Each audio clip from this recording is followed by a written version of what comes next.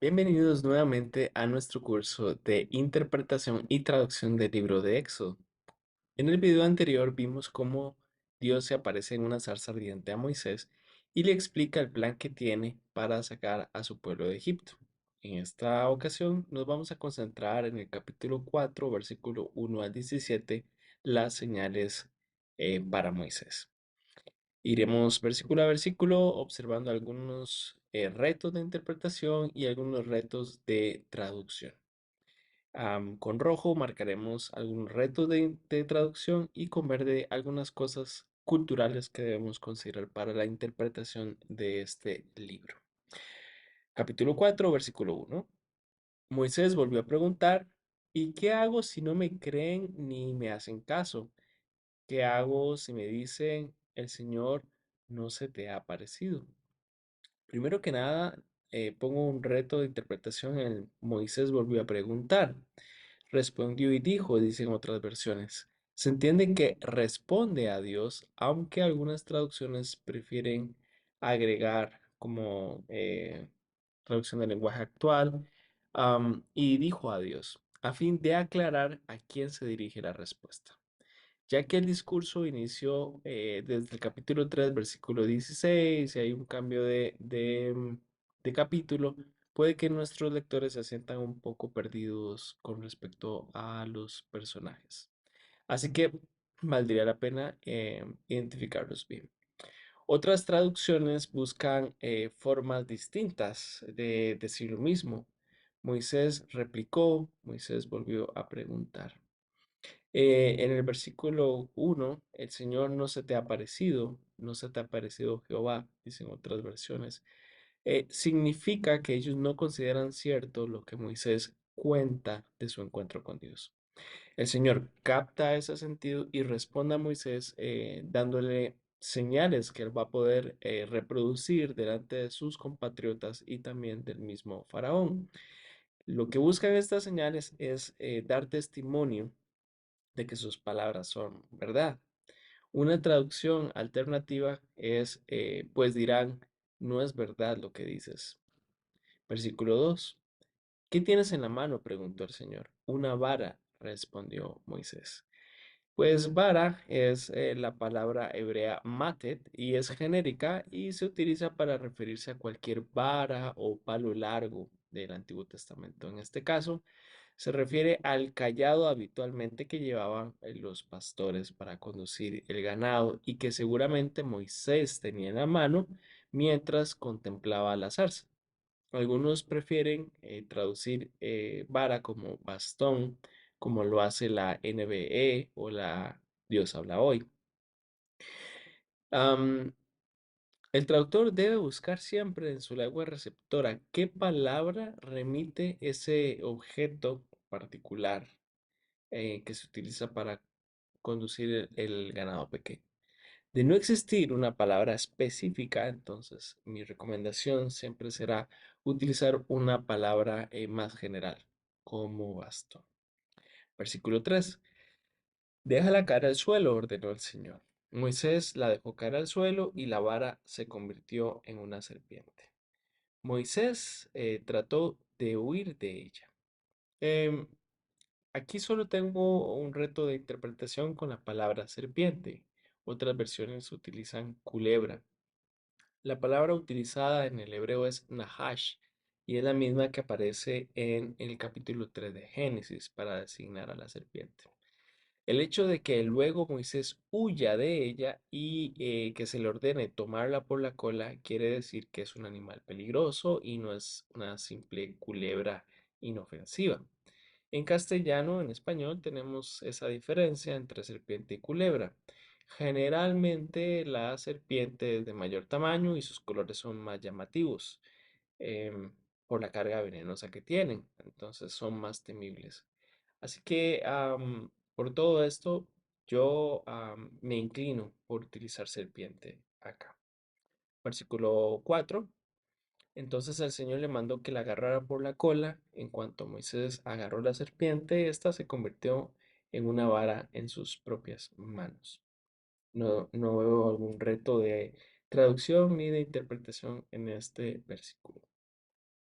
Esto es para que crean que yo, el Señor, el Dios de sus padres, Dios de Abraham, de Isaac y de Jacob, me he aparecido a ti. Am, Aquí en el versículo 5, realmente nada más tendría para que crean. Esto se refiere a los israelitas o a los jefes de Israel. Entonces, hay versiones como la traducción del lenguaje actual que le hacen claro y dicen, haz esto mismo para que los jefes de Israel crean que yo soy el Señor. De nuevo, ustedes deben evaluar si en este versículo vale la pena hacer explícito quiénes son los que van a creer. Versículo 6. Y ahora ordenó el Señor, lleva la mano al pecho. Entonces Moisés se llevó la mano al pecho y cuando la sacó la tenía toda cubierta de lepra y blanca como la nieve. Tenemos varias cosas que considerar. Primero, tu mano en tu seno, dicen algunas versiones. Esto es una metonimia. Entonces, pon tu mano dentro de tu manto, como lo hace esta versión. Creo que es lo más claro y lo más entendible, al menos en español. Con respecto a leprosa, aquí se está utilizando una forma verbal, metzrosa, que indica una enfermedad en la piel. Entonces, podría ser eczema, puede ser una llaga. Al día de hoy no tenemos la certeza de que esa palabra se refiere a la enfermedad que hoy conocemos como lepra o el mal de Hansen. Hay gente en nuestros días que padece lepra todavía y se sienten mal porque se ha presentado esta enfermedad erróneamente como una enfermedad bíblica, producto del pecado de una persona. Debido a esto, se ha buscado traducir más fielmente, aluciendo a un problema en la piel, pero sin designarlo técnicamente. Entonces, NBE ofrece una alternativa de traducción muy buena, la piel descolorida, que se basa en la expresión que viene a continuación. Pues uno podría también quedarse con la versión de traducción del lenguaje actual, estaba llena de llagas y omitir la parte segunda y tenía lepras. Con respecto a como la nieve, el término que se utiliza es selec. Y si la piel salió blanca de entre las ropas, según este tipo de enfermedad, entonces se da esta em, pérdida del color de la piel. Entonces, como ya evitamos mencionar lepra por razones aconsejables, entonces creo que el término como la nieve, podríamos, si no tuviéramos la palabra nieve en nuestras culturas o nuestras lenguas, pues utilizar el préstamo y con eso bastaría en este contexto.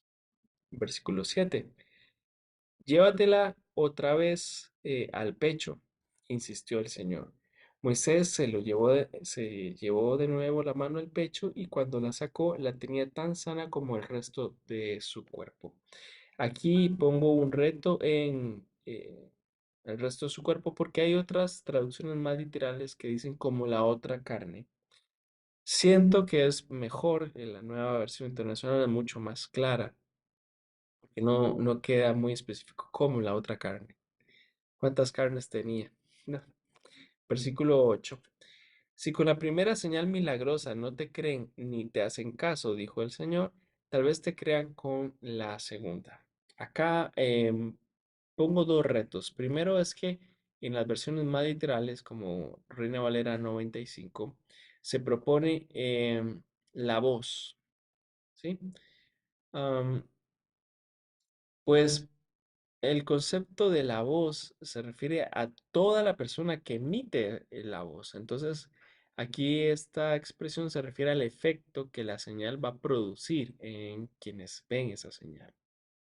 Entonces, el sentido es, si no obedecen al ver la primera señal, pues varias traducciones tienen fórmulas que hay que considerar. Por ejemplo, la NBE dice, si no te creen y hacen caso al primer signo, si con la primera señal milagrosa no te creen, como esta versión, una versión internacional, Si después de ver estas dos señales no te creen, como dice la traducción del lenguaje actual, tenemos que tener, y lo pongo en un cuadro en negro, señal. La palabra hebrea es ot, que significa señal o maravilla, y se refiere a aquellas cosas asombrosas que Dios hace y que impactan a las personas que ven esas cosas. Entonces, en este caso, tanto el cayado o la vara que se transforma en serpiente, como la piel que se enferma y vuelve a sanar, son señales del poder de Dios y deben actuar en aquellos que las ven claramente. Como traductor, siempre buscamos que en nuestras lenguas receptoras pueda cubrir la palabra que vamos a utilizar, ese asombro, ese enigma también que, que cierra la palabra en su término original. Versículo 9. Pero si no te creen ni te hacen caso después de estas dos señales, toma agua del Nilo y derrámala en el suelo. En cuanto el agua del río toque el suelo, se convertirá en sangre. En este caso no veo algún reto de interpretación, al menos en este versículo. Versículo 10. Señor, yo nunca me he distinguido por mi facilidad de palabra, objetó Moisés. Y esto no es algo que haya comenzado ayer, ni antier, ni hoy que te diriges a este servidor tuyo. Francamente me cuesta mucho trabajo hablar. En este versículo 10 quiero empezar con el término Señor como algo que debemos considerar culturalmente. ¿Por qué aparece aquí? En esta oportunidad traduce la palabra hebrea Adonai, que significa literalmente mi Señor.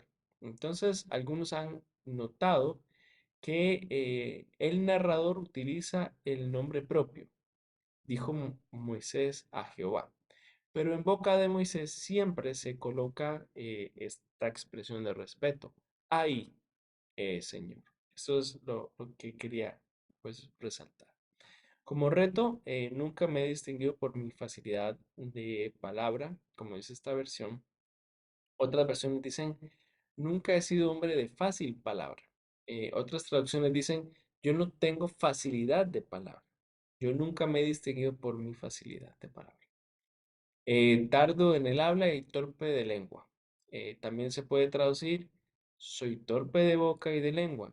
Siempre que hablo se me traba la lengua, como lo hace traducción del lenguaje actual. Esta expresión y la anterior representan la cuarta objeción que Moisés pone al plan de Dios. Se necesita un buen orador para convencer al pueblo israelita y para discutir con el faraón. Y Moisés considera que su capacidad oratoria es muy limitada. Moisés cree que con este argumento va a lograr convencer a Dios de que busque a otra persona para hacerse cargo de la misión. Sobre la base de este pasaje, se ha dicho que Moisés era tartamudo o que tenía algún defecto en la boca. La realidad es que no existe soporte textual, o sea, no tenemos nada dentro del libro para afirmar esto.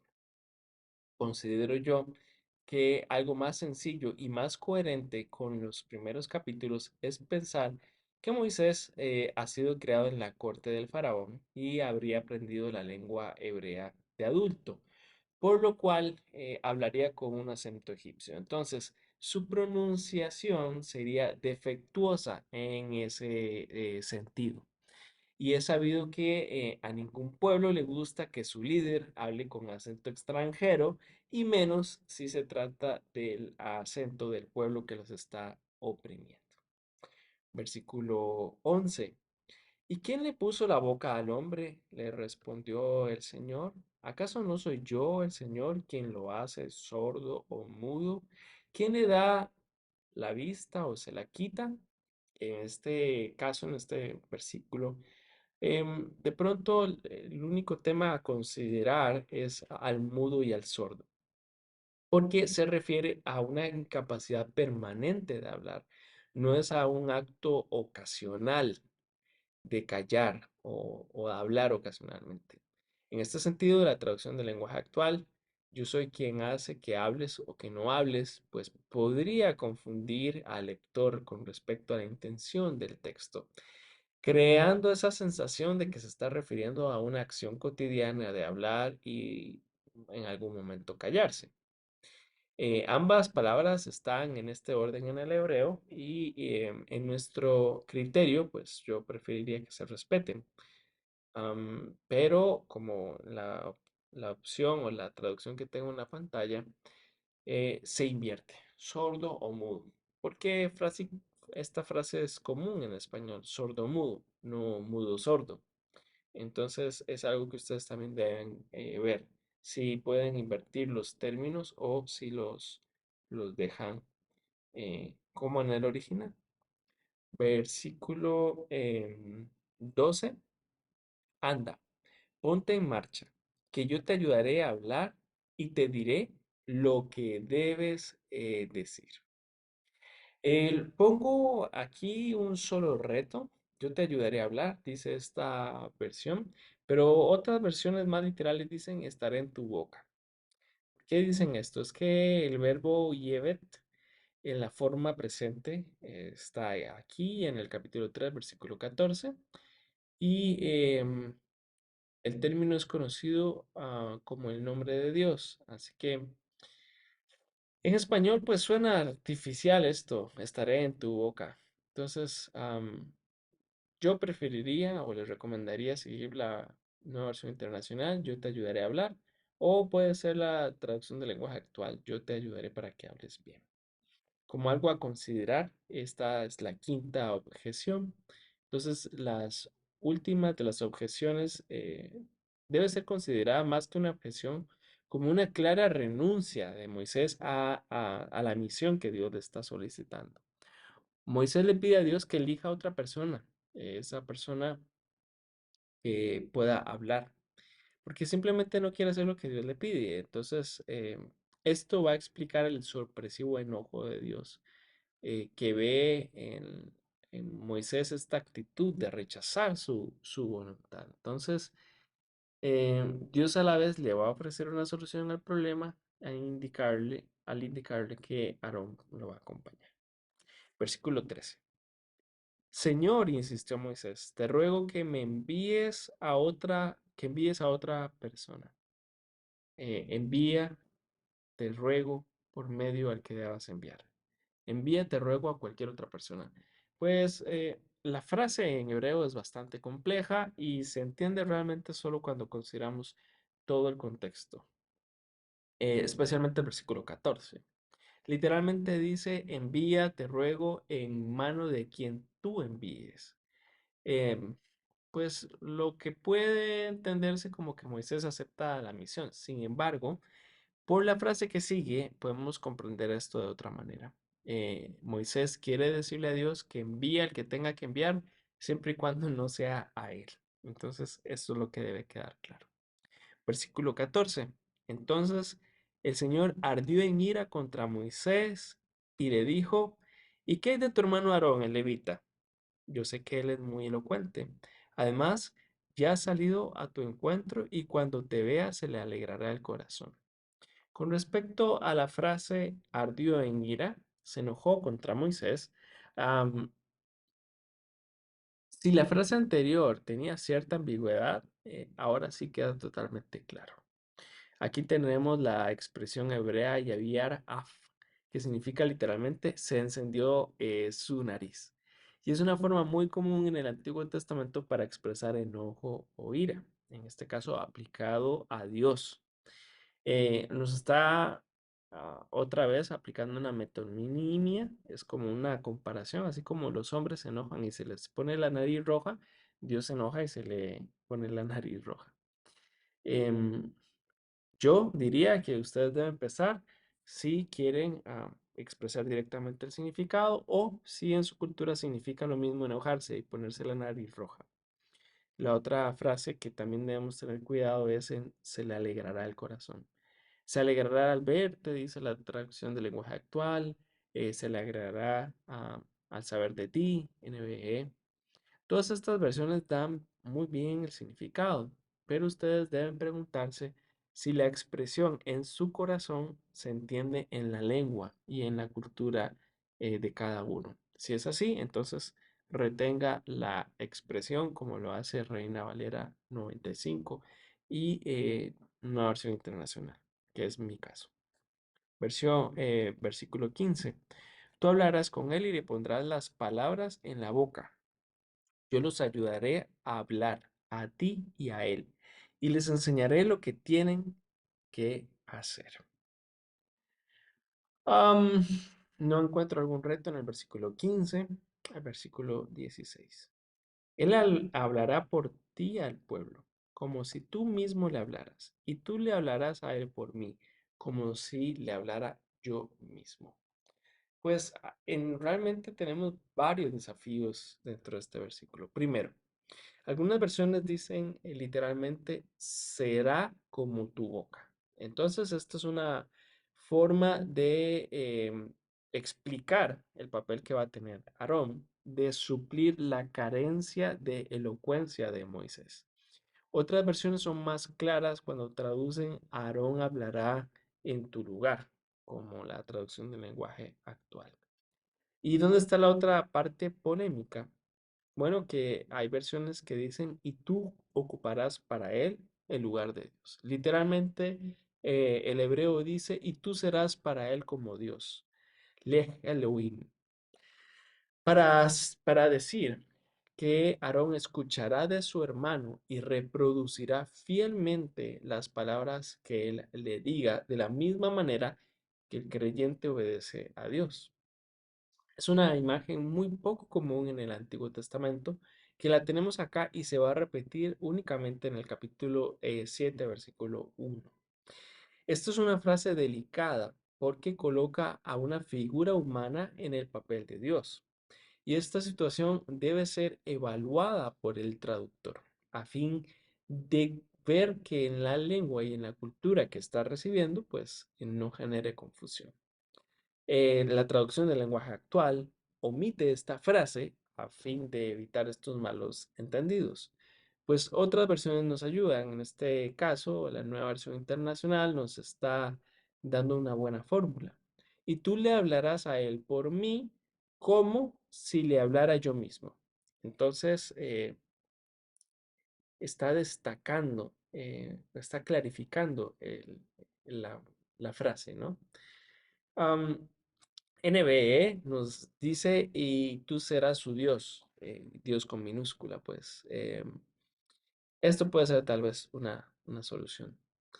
Em, Otra versión que yo tal vez podría decir, y tú le harás el papel de Dios, porque está tratando de dejar claro que Moisés va a jugar un papel, pero no es que sea literalmente Dios, no se vuelve Dios.